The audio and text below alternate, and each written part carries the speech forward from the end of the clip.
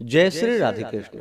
आप सभी का आपके अपने YouTube channel VK Mishra present में बहुत बहुत स्वागत है। आइए आज आप सब सुनेंगे अचला सप्तमी रथ सप्तमी व्रत की कथा।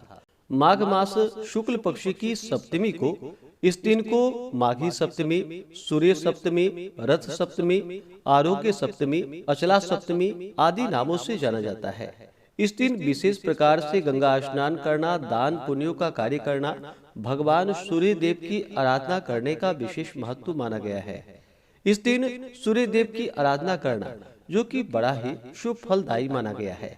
कहा जाता है कि भगवान सूर्य ने इसी दिन अपने दिव्य ज्योति से पृथ्वी को प्रकाशित किया था। इस कारण से इस दिन को भगवान सूर्य देव की जयंती के रूप में भी मनाया जाता है। शास्त्रों के अनुसार इस दिन जो भी भगवान सूर्य की आराधना करते हैं और बिना नमक खाए मीठा भोजन अथवा फलाहार करते हैं, उसे पूरे साल भगवान सूर्य देव की पूजा करने का पुण्य फल एक ही बार में प्राप्त हो जाता है। इस व्रत से सौभाग्य, रूप और संतान सुख की प्राप्ति होती है।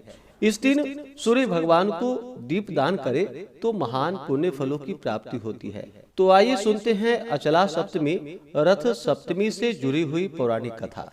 तो बोलिए प्रेम से भगवान सूर्य देव की जय, सर्व देवी देवता की जय। पौराणिक कथा के अनुसार भगवान श्री कृष्ण के पुत्र शाम्ब को अपने शारीरिक बल पर बहुत अभिमान हो गया था।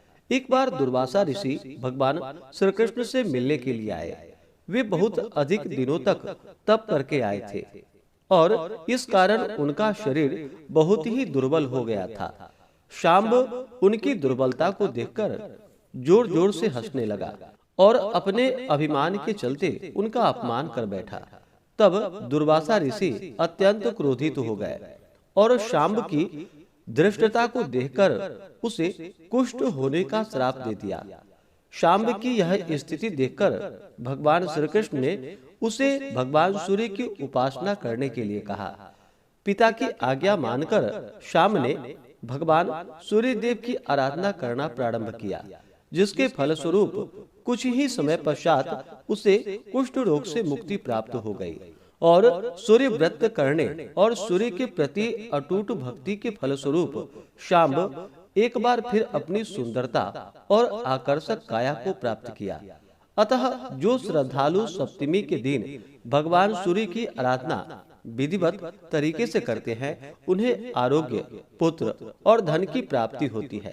एक अन्य और कथा के अनुसार रथ सप्तमी माघी सप्तमी की यह अन्य कथा है, जो कि एक गणिका नाम की महिला थी। उसने अपने पूरे जीवन में कभी कोई दान पुण्य का कार्य नहीं किया था। जब उस महिला का अंतकाल आया तो वह वशिष्ठ मुनि के पास गई। महिला ने मुनि से कहा कि मैंने कभी कोई दान पुण्य नहीं किया है, तो मुझे मुक्ति कैसे मिलेगी? तब मुनि जी ने कहा, माघ मास की शुक्ल पक्ष की सप्तमी को अचला सप्तमी कहते हैं। इस दिन किसी अन्य दिन की अपेक्षा किया गया दान पुण्य का 1000 गुना पुण्य फल प्राप्त होता है।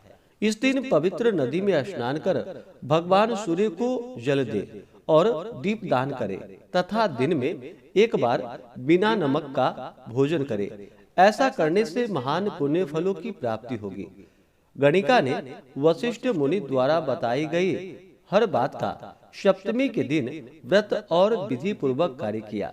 कुछ दिन के बाद गणिका ने शरीर त्याग दिया और उसे स्वर्ग के राजा इंद्र की अप्सराओं का प्रधान बनने का सौभाग्य प्राप्त हुआ। इस प्रकार से जो भी भक्त रथ सप्तमी, अचला सप्तमी, माघी सप्तमी के दिन प्रातः काल उठ करके स्नान आदि करते हैं, भगवान सूर्य देव को अर्घ्य प्रदान करते हैं, दिन भर उपवास रहते हैं, इससे भगवान सूर्य देव अति प्रसन्न होते हैं। इस व्रत को जो कि अरुणोदय व्यापनी ली जाती है, यदि 2 दिन अरुणोदय व्यापनी हो तो पहले दिन की लेनी चाहिए।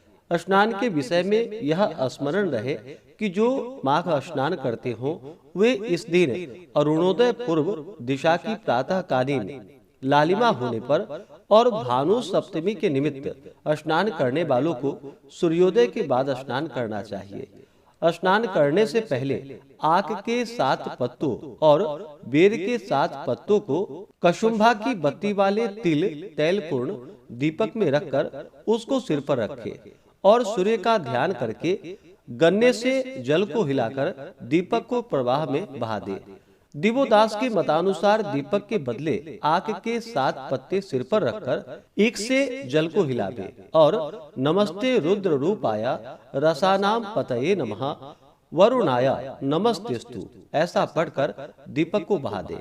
फिर यद जन्म कृतम पापम यच्च जन्मार्थ रार्जितम मनोवाक्य कायजम यच्च ज्ञाता ज्ञाते च ये पुनः इति सप्त विधम पापम अश्नान्ते सप्त सप्तिके सप्त व्याधि समाकरणम हर भास्करी सप्तमी। इनका जप करके केशव और सूर्य को देखकर पादोदक यानी कि गंगा जल अथवा चरणामृत को जल में डालकर स्नान करे तो क्षण भर में पाप दूर हो जाते हैं।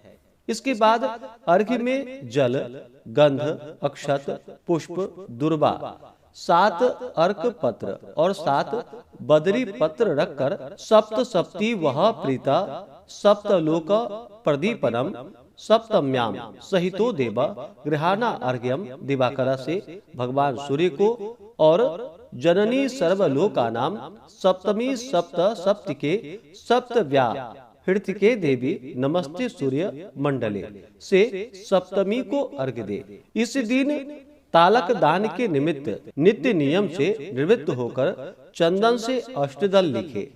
पूर्वादि कर्म से उसी को 8 करने का यानी कि कानों पर शिव, शिवा, रवि, भानु, वैवस्वत, भास्कर, सहस्त्र किरण और सर्वात्मा इनका यथा कर्म स्थापन और पूजन करके ताम्राद्रि के पात्र में कांचन कर्णाभरण यानी कि कुंडल, घी, गुड़ और तिल रखकर लाल वस्त्र से ढाके और गंध पुष्पादि से पूजन करके आदि तयश्च प्रसादेन प्रातः स्नान फलेन च दुष्ट दुर्भाग्य दुखग्नम मया दत्तम तु तालकम से ब्राह्मण को दे।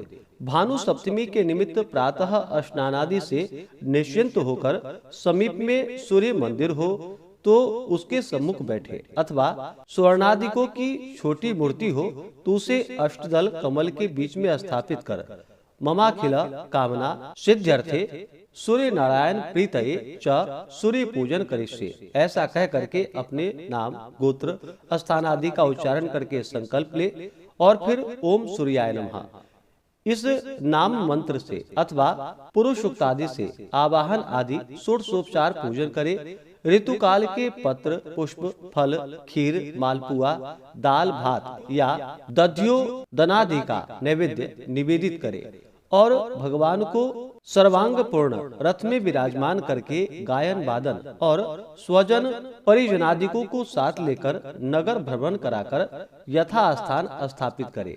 ब्राह्मण को खीर आदि का भोजन करवाकर दिनास्त से पहले यानी कि सूर्यास्त होने से पहले ही एक बार स्वयं भोजन करे। उस दिन तेल और लवण न खाए। तेल का प्रयोग नहीं करना चाहिए। आप चाहे तो गौघृत का प्रयोग करके भोजन बना सकते हैं, लेकिन नमक का प्रयोग बिल्कुल भी नहीं करना चाहिए। फलाहार आदि ग्रहण करके व्रत को धारण करे तो यह बड़ा ही उत्तम होता है।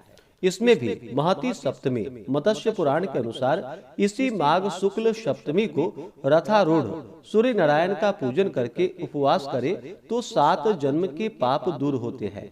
यही रथ सप्तमी भी है। और रथांक सप्तमी हेमाद्रि के अनुसार इसी सप्तमी को उपवास करके सूर्य पूजन करे, उनको स्वर्ण के रथ में स्थापित करके और प्रत्येक शुक्ल सप्तमी को पूजन करके वर्ष के अंत में ब्राह्मण को दे तो इससे अनंत फलों की प्राप्ति होती है। तो आशा करता हूँ कि यह जानकारी आपको अच्छा लगा हो।